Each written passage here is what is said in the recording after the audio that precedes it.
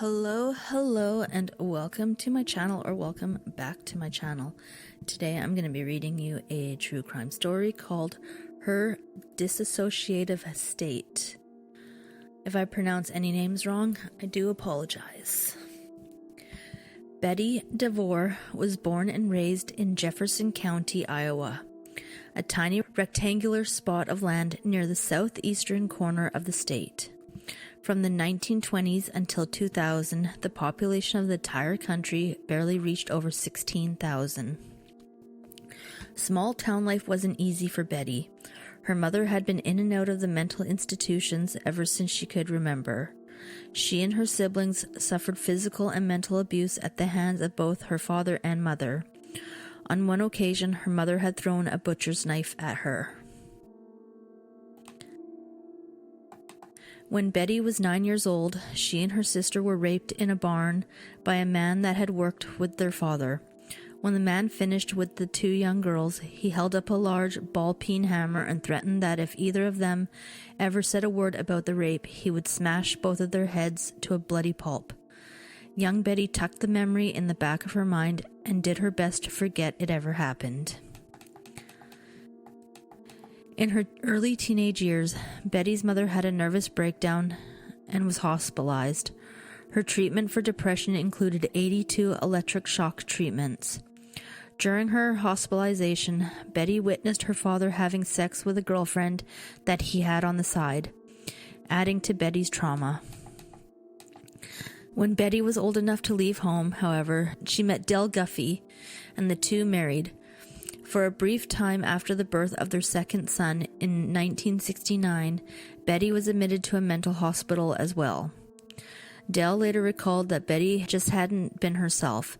She was someplace else. She would scream about random things, but he never quite knew why she was upset. During Betty and Del's 18-year marriage, they had 4 children. Except hospitalization, the marriage was good.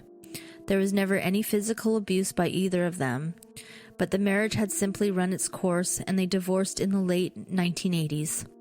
Their older boys stayed with their father, while their 11-year-old daughter Heather chose to live with Betty. In late February 1988, Betty found herself single again and read a notice in the local paper about a meeting for singles in Fairfield. With a population of just under 10,000, Fairfield, Iowa was the largest city in the country. When she met 56-year-old Harold Frieberg, the large man towered at least a foot over her small frame. Harold, too, was recently single. He was a natural charmer, owned a farm in nearby Libertyville, and ran a business selling antique furniture from his home. Betty and Harold hit it off immediately and started dating. He swept her off her feet. After only 3 weeks of dating, they were married, and Betty and Heather moved into his farmhouse. It was Harold's 5th marriage. Each of the prior 4 marriages had ended in divorce and resulted in 6 children that all lived with their mothers. Betty worked for Bankers Life and Casualty Insurance, selling life insurance from their home. Although she and Heather had no experience with farming, they also helped with the farm and Harold's antique business. During the first year of living on the farm, Harold and his new stepdaughter got along well, so it wasn't long before he adopted her as his own. Although Harold had 6 children from prior marriages, he had almost no contact with any of them. He incessantly complained that the ex-wives all wanted his money, and he didn't believe that any of the children loved him, nor even wanted anything to do with him. It was Harold that suggested to Betty that he buy life insurance from her. In 1989, Betty sold him 3 life insurance policies totaling $250,000, and Betty was listed as the beneficiary of each. Betty recalled that the first 2 years of marriage were wonderful. Her relationship with Harold was loving, until something suddenly changed during the winter of 1990. There was a sudden snap. Whatever had attracted Harold to Betty was abruptly gone. From that point on, there was a steady pattern of abuse that brought Betty back to memories of her childhood. 2 of Harold's ex-wives were suing him for back alimony and child support that he had refused to pay over the past 10 years. Later, one of the bulls had died, causing problems on the farm. Everything that went wrong in Harold's life became misdirected anger toward Betty. That winter, the farmhouse had settled, causing a crack in one of the interior walls. For some reason, Harold saw that as Betty's fault. He kicked her foot while wearing his work boots, fracturing her toe and requiring a trip to the hospital. From that point forward, he screamed and berated her in every possible scenario. The house wasn't clean, the meals weren't cooked to his liking, or the work on the farm wasn't done correctly. Each time, Betty was yelled at. Eventually, the yelling accompanied by backhand slaps across her face, or he would grab her arms and shake her violently. Everything that happened suddenly became Betty's fault, or Heather's. The daughter that he so proudly adopted just a year before was also a target of his abuse. He would call the 14-year-old stupid for minor mistakes, like putting the wrong price tag on antique furniture or doing her chores incorrectly. She, too, endured slaps, whippings with his leather belt, and having her hair pulled. On her 14th birthday, she lied to her friends to explain away the bruising and scratches on her face. In another instance, he stripped of Betty's clothes and rubbed foot powder inside her genitals, yelling, "Maybe you can lose some weight from the inside." Heather had witnessed the abuse of her mother on several occasions by her adoptive father. He had suddenly turned into a violent monster. As the months passed, the abuse escalated. Heather watched as he strangled Betty with an alarm clock cord he had ripped from the wall. On another occasion, Heather witnessed her father throwing a 5-gallon bucket, hitting Betty in the back of the head. When Betty hadn't cooked a meal to his liking, he stabbed her in the arm. Every day came with the constant threat of violence for Betty and Heather. The abuse seemed endless. Harold showed dominance over his wife by placing the cords of an electric fence charger on each side of her head and neck, shocking her for 3 to 4 minutes. Betty was unsure how much more she could take. If he continued at this rate, someday he'd kill her, or Heather. One day while Betty was working on the farm, he kicked her in the chest, knocking her off of a combine and into the field. He then chased her through the field screaming, "I'm going to chop you into little pieces." The fall had injured her leg, requiring medical treatment and time in a wheelchair.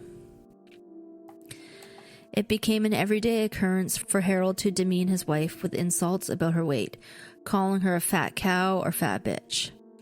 In September 1991, Harold took Betty outside, threw her to the ground, and tore open her blouse. He then grabbed a bottle of farm chemicals, poured it on her belly, and rubbed it in violently. "Maybe this will help you lose some weight. I'll burn some of this fat off you," he yelled.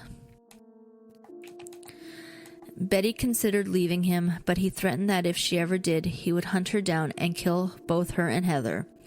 He said he would make her watch as he cut off Heather's fingers, joint by joint. Betty knew he meant it. Harold regularly carried a gun on his belt and often threatened to use it on her. He joked to a friend that he could chop up his wife and daughter and spread them all over the farm. Betty was out of options. With nowhere left to turn, she put a gun to her own head with the intent of killing herself. But Heather stopped her. "What will happen to me if you do that?" Heather yelled at her mother for even thinking of leaving her alone with such a madman.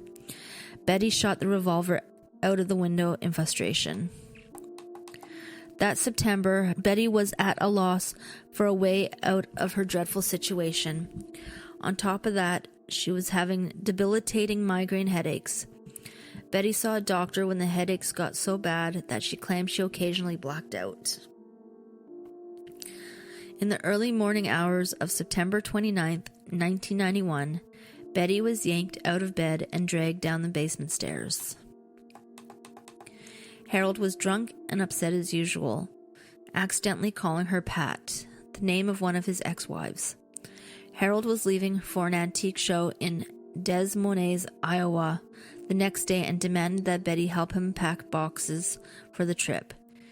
He had also misplaced his wallet and demanded that she find it for him, or she and Heather would be looking for it the whole next day if necessary. Annoyed that he had pulled her out of bed, Betty refused.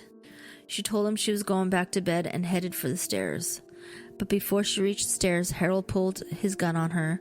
Betty froze her beat, then lunged for the nearby workbench that had 2 revolvers on it, a .22 and a .38. In a blink, she grabbed them both, cocked the hammers, pointed them both at Harold, closed her eyes, and fired twice with each gun. Harold mumbled, "Why did you go and do that?" as he fell to the ground. When Betty opened her eyes, her husband laid on the basement floor. All 4 shots hit Harold. 1 shot hit his neck, 2 shots punctured his heart and both lungs, and another hit his back. She knelt down next to her husband and wept while the blood drained out of him. Betty woke in a daze the next morning in her own bed. She was unsure what had happened the night before, initially thinking it was just a bad dream. However, a quick look down the basement stairs reminded her it was real. Very real. Her husband was dead. Betty closed the basement door and went about her day. After seeing Heather off to school that morning, Betty drove 100 miles north to Cedar Rapids, Iowa, to take care of an insurance policy she had been working on. When she returned home that evening, she and Heather had dinner together and finished the day as if it were any other. The following day, after Heather left for school, Betty returned to the basement. Psychiatrists would later say that what happened over the next 6 hours were the result of dissociative state and an effort by Betty to avenge a lifetime of physical and mental abuse. Using several knives and an electric circular saw, she got to work. She had butchered deer before, so she knew what to do. Betty began mutilating and dismembering her husband. Starting off with his genitals, she cut off his genitals and placed them into a plastic bag. Using the circular saw, she cut off both legs, first at the knees, then the hip. Without the weight of the legs, she dragged the body to the garage where she cut off the arms. Betty stripped the muscle and flesh from several of the limbs and cut the meat up into manageable bits. The heart, liver, and 1 lung were removed. Using Heather's little red wagon, she piled the smaller parts of Harold's body onto the wagon and dragged it in the autumn sun, throwing body parts and chunks of meat haphazardly around the farm. The larger pieces she piled into the trunk of her car, drove down the country roads, and threw them on the side of the road randomly. That afternoon, Betty picked her daughter up from school, and the 2 of them went to get their hair done. That evening, the 2 of them went out for dinner. Heather was completely unaware of what her mother had done. 8 days had passed, and Betty knew she couldn't wait forever. She would eventually have to report Harold missing and come up with a story. On October 8th, she called police to report her husband missing. She told police he had left the farm on September 30th in a white van on his way to Illinois to take care of some antique business, but she hadn't heard from him since. When police came to the farm to ask questions about his disappearance, it didn't take long to realize that something sinister happened. Near the gate of the farm, they found a knife and a leather belt with the initials HF branded on it. As they questioned Betty, Heather walked in during the conversation with some information. She had called her cats in to feed them, but when they didn't come, she went looking for them.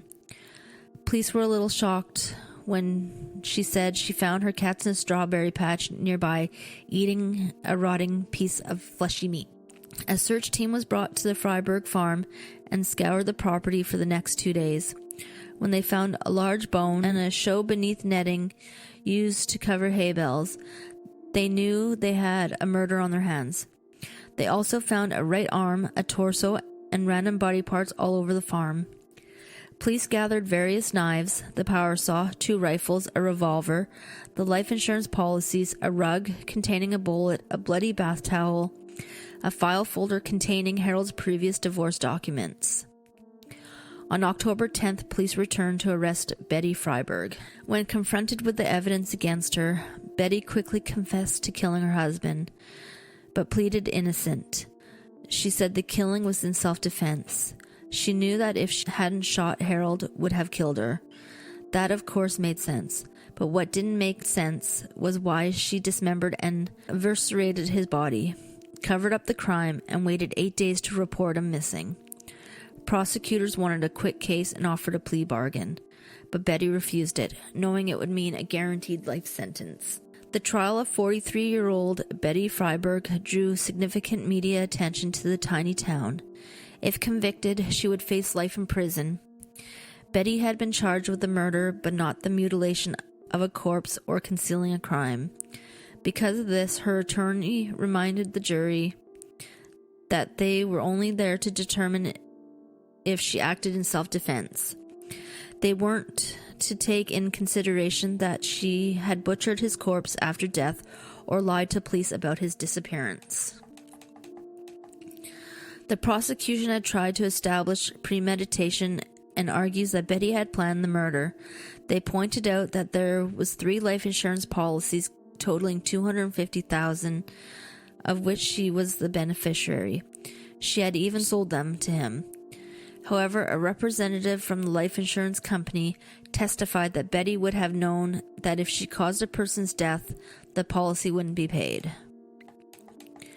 Prosecutors explained to the jury that they agreed Harold was a chronic abuser, but despite the domestic abuse, Betty was not in a position to issue a death sentence to her husband for his crime. Betty's lawyer, Tom Walter, was an eccentric 6'7" attorney that wore cowboy boots with his suit and carried a pink-haired troll doll with him to trial every day. He explained to the media that it was given to him by his 15-year-old daughter for good luck. Ironically, Walter had represented Harold during one of his 4 divorces. Although he was from the small rural area, he was well known in the state for arguing before the Iowa Supreme Court in a case that resulted in the state's sodomy laws being declared unconstitutional. Walter called each of Harold's 4 ex-wives to stand to testify about their abuse at the hands of Harold, but each time the testimony was met with an objection by the prosecution. The wives were not allowed to testify, but it seemed as though the jury got to the point. Walter told the court that it wasn't a case of battered wife syndrome, but strictly a case of self-defense. Betty had killed her husband to avoid being killed herself. Heather took the witness stand to describe her own abuses by Harold and the abuses she witnessed her mother receiving. Even a woman that was a customer buying antique furniture testified that she felt sorry for Betty when she came to their home. Harold had openly flirted with the woman in a crude way while berating Betty in front of her. A psychiatrist that saw Betty shortly after the killing testified that he believed Betty was in a dissociative state when she dismembered her husband and was avenging her previous abuse. He hypothesized that when she cut off Harold's penis, she was specifically avenging the rapes she had endured as a child. He also believed that she dispensed of his body parts throughout the farm because Harold had said he would do the exact same thing to her. The prosecution pointed out that the medical examiner determined that the first gunshot was to Harold's back, meaning that he couldn't have been pointing a gun at her. They also told the jury that no fingerprints were found on the gun that Betty claimed Harold had pointed at her, and it also wasn't loaded. But none of that seemed to matter. The jury believed her, and Betty Frieberg was acquitted for murdering her husband Harold. After the trial, she spoke with the media, clutching her lawyer's lucky troll doll, and said, "If I had known the gun he was holding was unloaded, we'd still be together. I still love him. I wish it hadn't happened. I wish I could have gotten help for both Harold and I hope women don't ever have to go through what I went through." At the time of this writing, Betty Frieberg still lives in the area around Libertyville and kept the surname Frieberg. Thank you for listening. If you like this type of content, please consider subscribing and liking to my channel, and I will see you on the next one.